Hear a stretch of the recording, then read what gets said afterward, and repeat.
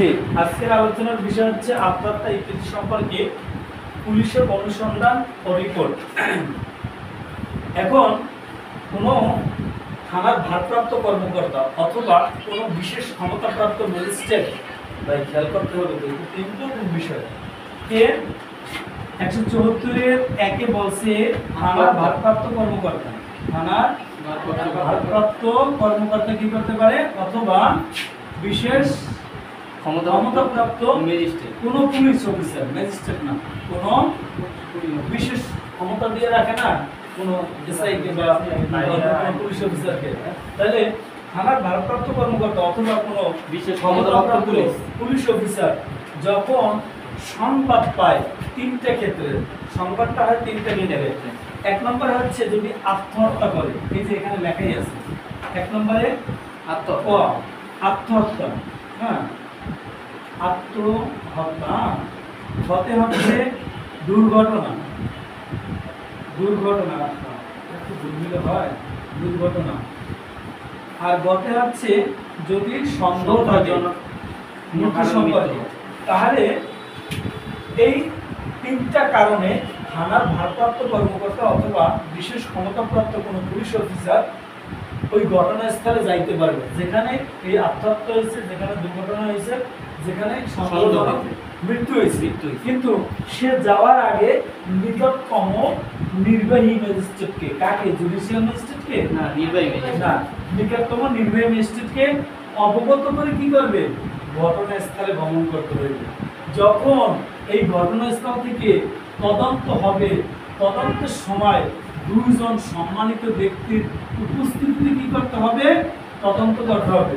সম্মানিত ব্যক্তির উপস্থিতিতে এই তদন্তটা চালাইতে হবে এবং ওই তদন্তে সে কি পেল, তারপর ওখানে যারা থাকবে তাদের সাক্ষ্য সহ যে তদন্ত প্রতিবেদন আসবে, সেটা এই থানার ভারপ্রাপ্ত কর্মকর্তা অথবা বিশেষ ক্ষমতাপ্রাপ্ত ম্যাজিস্ট্রেট তদন্তর পরে কার কাছে রিপোর্ট দেবে, জেলা ম্যাজিস্ট্রেটের কাছে রিপোর্টটা দেবে। এখন এখান থেকে এত ডিটেলস আসে না, শুধু প্রশ্ন আসে, রেজাল্টটা আসছে যে পুলিশ অফিসার কর্তৃক যে এই যে রিপোর্টটা তৈরি করছে, যেটা জেলা ম্যাজিস্ট্রেটের কাছে গেছে, এই রিপোর্টটার নাম সুরাতাহাল রিপোর্ট। হ্যাঁ, এটাকে ইংরেজিতে কি বলে, ইনকোয়েস্ট রিপোর্ট, ইনকোয়েস্ট রিপোর্ট। হ্যাঁ, পুলিশ যে রিপোর্টটা তৈরি করছে এটাকে আমরা কি রিপোর্ট বলি, সুরাতাহাল রিপোর্ট।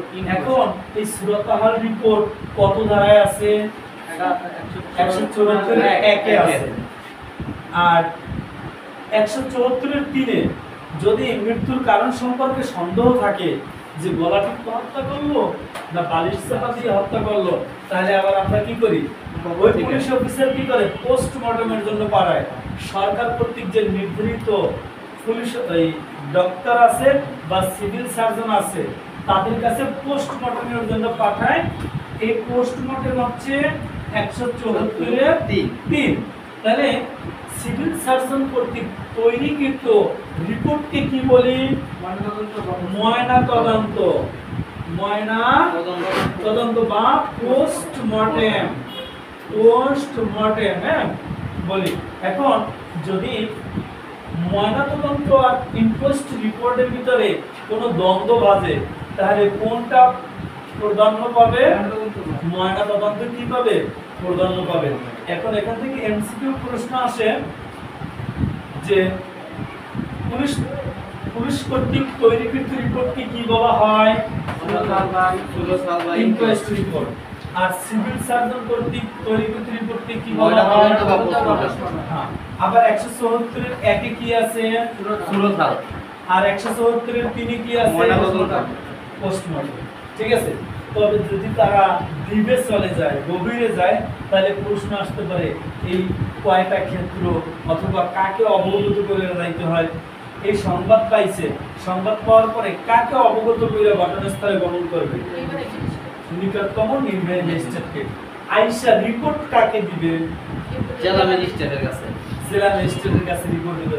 তাহলে এই ঘটনা সম্পর্কে তাহলে জেলা ম্যাজিস্ট্রেট আর নির্বাহী ম্যাজিস্ট্রেট এরা কিন্তু একই সেক্টরের, কিন্তু তদন্ত জেলা ম্যাজিস্ট্রেট, জেলা ম্যাজিস্ট্রেটের। তাহলে এই আত্মহত্যা সম্পর্কে দুজনই তদন্ত করতে পারে। কথা বলছেন?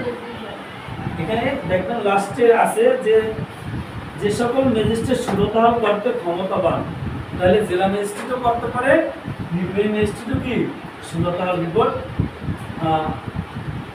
করতে পারে। হ্যাঁ, কিন্তু এটা হচ্ছে তাদের নির্দিষ্ট হবে, কিন্তু করবে কেটা? সুরতহাল পুলিশ অফিসার। এই হচ্ছে আপনাদের 173-এর 1 আর 173-এর 174-এর 1, 174-এর 3।